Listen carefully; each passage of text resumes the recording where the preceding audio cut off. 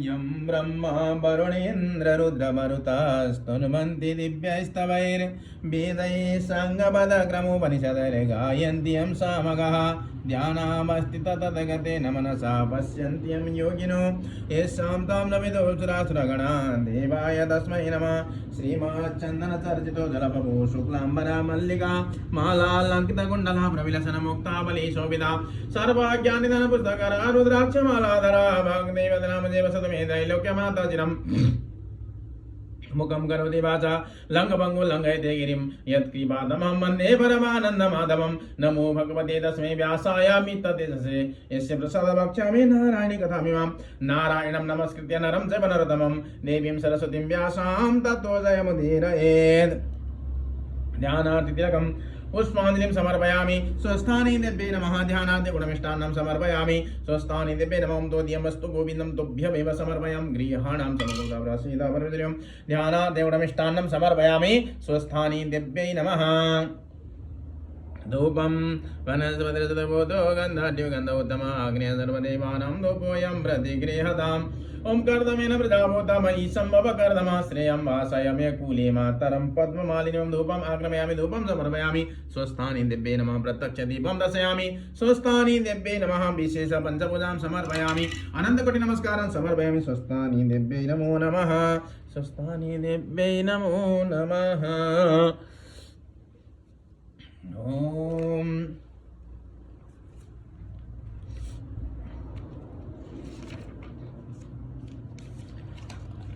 अथाष्टमध्यायः कुमार ज्ञाके गर्नुहुन्छ हे अगस्त्य मुनि विष्णु भगवान संग्रामबाट अन्तर्ध्यान हुनुभएपछि बाँकी बचेका देवता यक्ष गन्धर्व किन्नर दैत्य सबै हाहाकार गरेर 10 दिशातिर भागे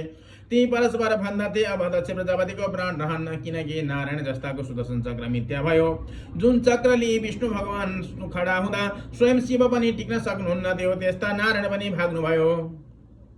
अब हाम्रो क्षुद्र पराक्रमले के होला तस्मात् अब आफ्नो प्राण रक्षा गर्न उचित हो भन्दै 10 दिशामा भागे नारायण सहित देवता यक्ष गन्धर्व नाग आदि आफ्नो जीवन बचाइ भागेको देवी वीरभद्र नागले चाहिँ निश्वास फेरि वर्षाकालको मेघ गर्दै तत्काल दक्षको टुप्पिन सबादे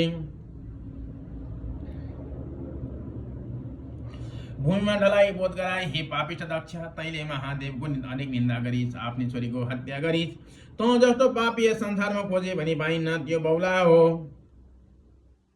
त्यसलाई नडाके मलाई के हाल होला भनी त्रिलोकेश्वरको निन्दा गरिथिस्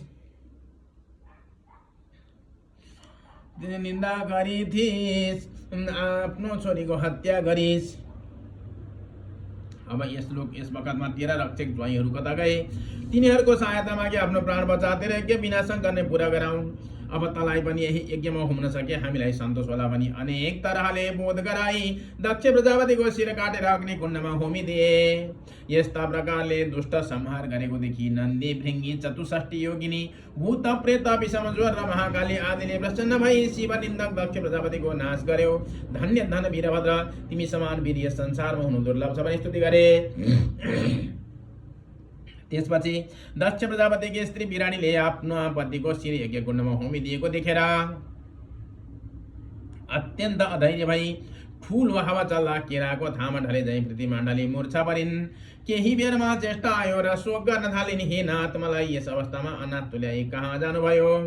जगदीश्वर महादेवलाई यज्ञमा नडाक्दा यस्तो के भयो हे मूढ व्यर्थको अभिमान मनमा लिएर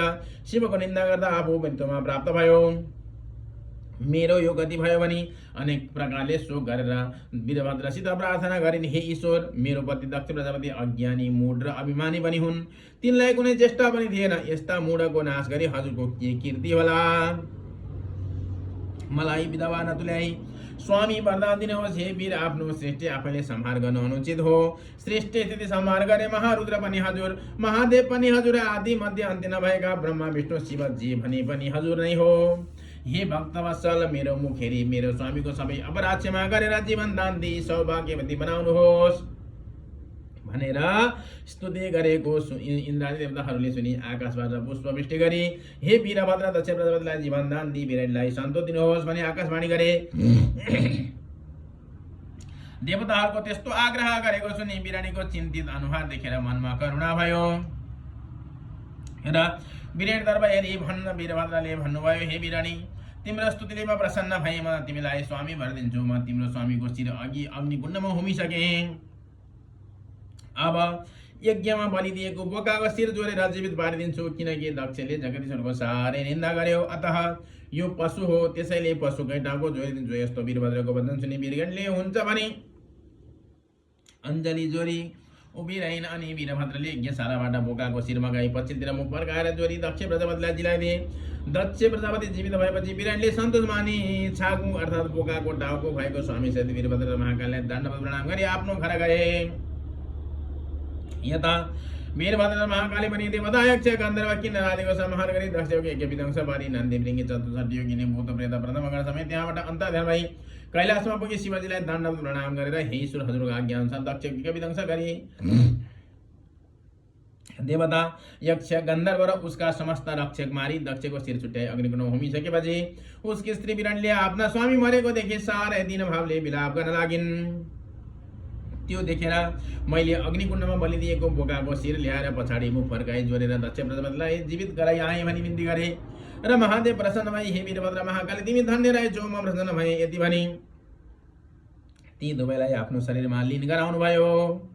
त्यसपछि महादेवले प्राणप्रिय सतीलाई सम्झी दक्ष प्रजापतिले यज्ञ गरेको स्थानमा पुगेर हेर्दा अग्निकुण्डमा सुतिरहेकी सतीलाई देखि हा सती कैलाश शून्य तुल्याई मलाई एक्लै छाडेर कता गयो भन्दै साह्रै नै अधैर्य भई वृक्ष ढले चाहिँ मुम्मा लडी मूर्छा परे। केही बेरमा चेत आयो र हे प्यारी अब मैले संसारमा बाँच्नु पनि व्यर्थ भयो,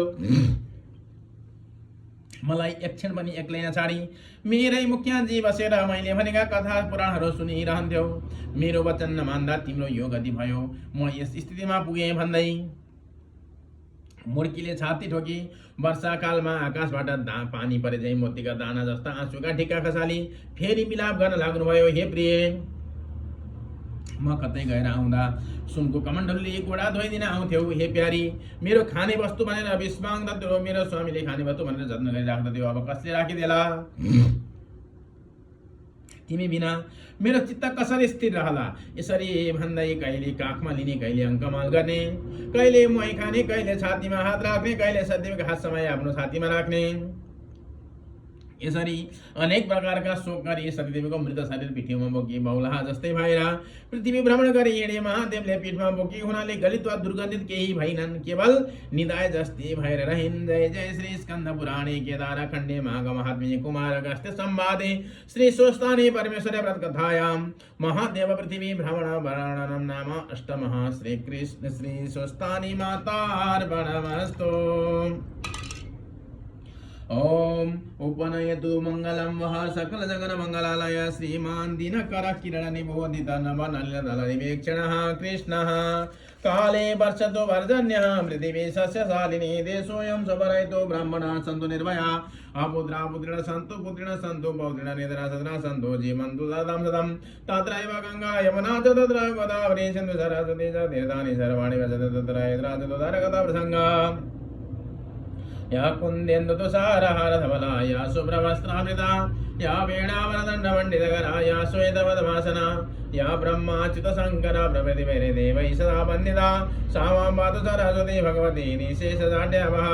शुक्लं ब्रह्म विचारसार परमाद्यं जगद्व्यापिनीं वीणा पुष्कतानि भवतां जाड्यन्धकारपहां कायेन वाचा मनसिन्द्यर्वा बुद्ध्यात्मना वा प्रकृते स्वभावात् करोमि यद्य सकलं परस्मै नारायणायेति समर्पयेतात्।